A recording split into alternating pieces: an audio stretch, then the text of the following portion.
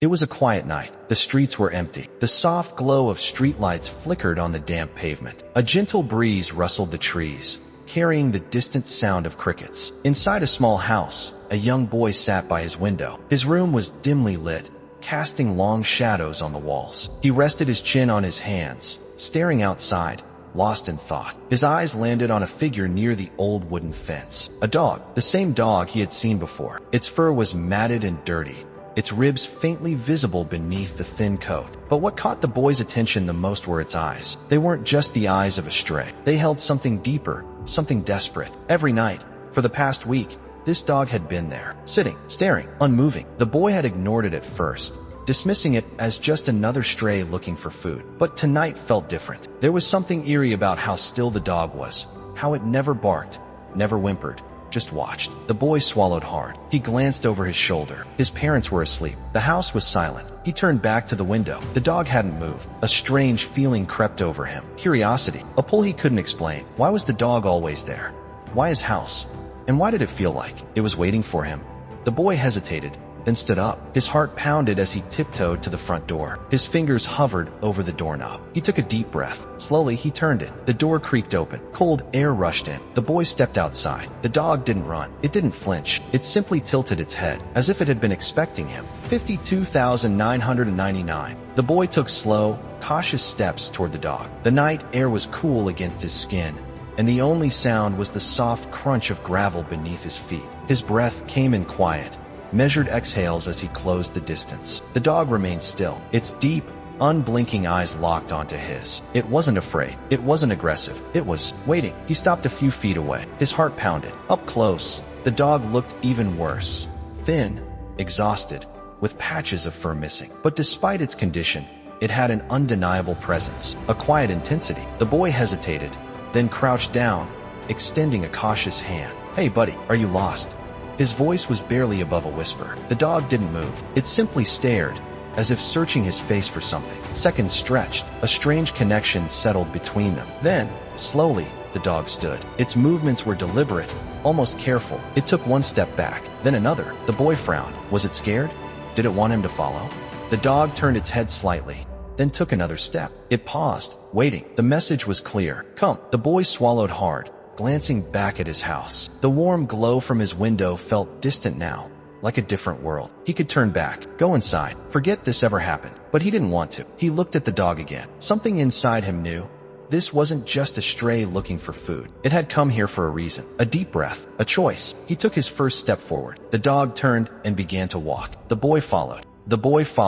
His footsteps light against the quiet earth. The dog moved with purpose, weaving through the empty streets, past flickering streetlights, toward the edge of town. With each step, the houses grew fewer, the silence heavier. The air felt different here, thicker, colder. At the tree line, the dog paused. It turned slightly, glancing back. Its eyes caught the moonlight, glowing with an eerie intensity. The boy hesitated. The forest ahead was dark, the trees standing like silent guardians. He had never been this far alone, but something in the dog's gaze pulled him forward. One step, then another. The forest swallowed him whole. The ground beneath him softened to damp earth. Leaves rustled overhead, whispering secrets. Shadows stretched long and deep, shifting with every step. The boy's breath came faster now. His pulse drummed in his ears. The dog moved effortlessly, never slowing, never hesitating. It knew the way. A branch snapped under the boy's foot. He flinched. His heart pounded. The dog stopped. The boy froze. For a long moment,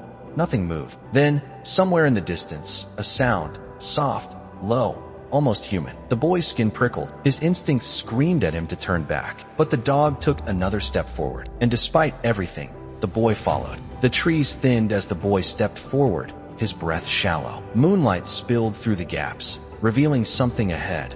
A small, decaying cabin, hidden deep in the woods. The dog stopped just before the clearing, its ears twitching. It let out a low growl, almost as if warning him. The boy swallowed hard. The cabin looked abandoned. Its wooden walls were cracked, the door barely hanging onto its rusted hinges. A faint, flickering light glowed from within. Someone was inside. The boy's chest tightened. His instincts told him to turn around, to run, but his feet stayed planted. The dog took a step closer, its body tense. Then, a sound, soft, wheezing, like someone struggling to breathe. The boy's heart pounded. Slowly, He moved toward the door. With a trembling hand, he pushed it open. The hinges creaked. The air inside was thick, musty. Shadows clung to the corners, shifting as the dim light flickered. And there, on the floor, barely moving, a man. His clothes were tattered, his skin pale. His chest rose and fell in shallow, uneven breaths. His lips parted, trying to speak, but no sound came out. The dog whined softly, stepping forward. The boy stood frozen, his mind racing. Who was this man?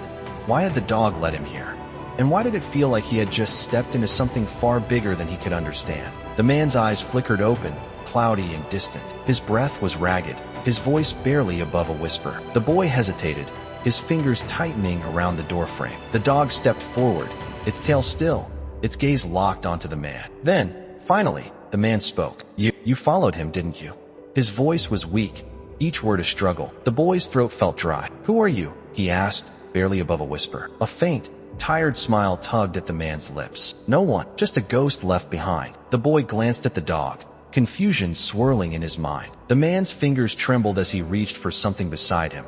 A small, worn-out notebook, its pages yellowed with time. He never left me, the man murmured, looking at the dog, even when everyone else did. The boy's heartbeat quickened. He flipped open the notebook. The pages were filled with sketches, portraits, landscapes, unfinished drawings. But one stood out, a young man, standing in front of a familiar house. The same house the boy had lived in his whole life. His stomach tightened. How do you know my house?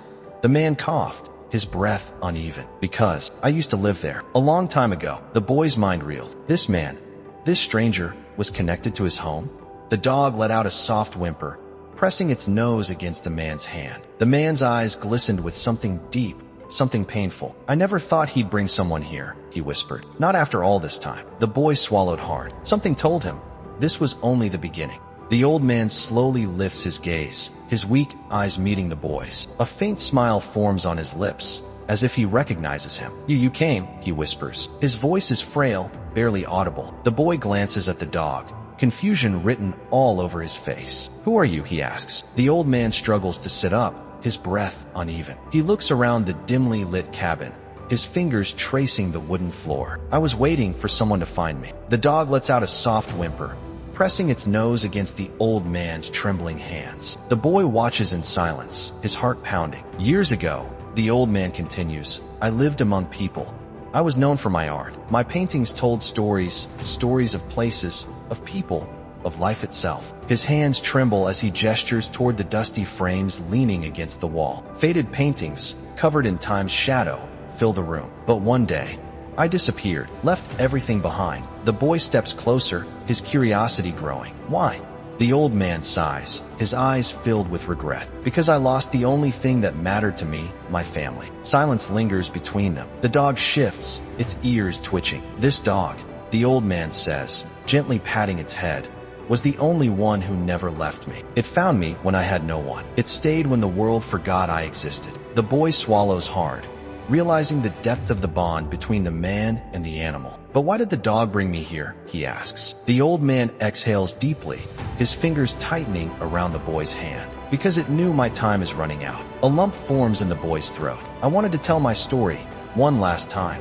The old man whispers, not through paintings, but through words. His grip weakens, his eyes flutter shut. The dog lets out a soft whine, pressing closer to him. And in that moment, the boy understands. The boy kneels beside the old man, his heart pounding. He watches as the man's breathing slows, his frail fingers barely moving. The dog stays close, its eyes filled with sorrow. A long silence fills the cabin. The old man's lips part slightly. A final breath escapes, then stillness. The boy feels a lump in his throat. He looks at the dog, which lowers its head, letting out a soft whimper. The air feels heavier. The dim light flickers. Moments pass before the boy finally stands. He takes a shaky breath and looks around. At the paintings, the dust-covered memories, the man who had been waiting for someone to hear his story. Then, he does what he knows he must. He runs through the forest, past the twisted trees, until he reaches the town. People gather as he speaks, his voice breaking as he tells them everything. The old man's name, his past, the life he had left behind. Whispers spread, faces turn pale, and then recognition. Some remember the artist who vanished. Others recall the paintings that once captured their hearts. A small crowd follows the boy back to the cabin. By the time they arrive, the dog is still there, sitting silently beside the old man. Someone steps forward, placing a gentle hand on the boy's shoulder. He was never truly alone, the boy murmurs. They bury the old man near the edge of the forest, beneath an ancient oak tree. His paintings are carefully carried back to town, displayed for all to see. Days pass, then weeks. The town begins to heal. But the dog. One evening, the boy looks out his window. The dog, the same loyal companion who led him through the darkness, is gone. It left just as quietly as it had arrived. And deep inside, the boy knows its purpose was fulfilled.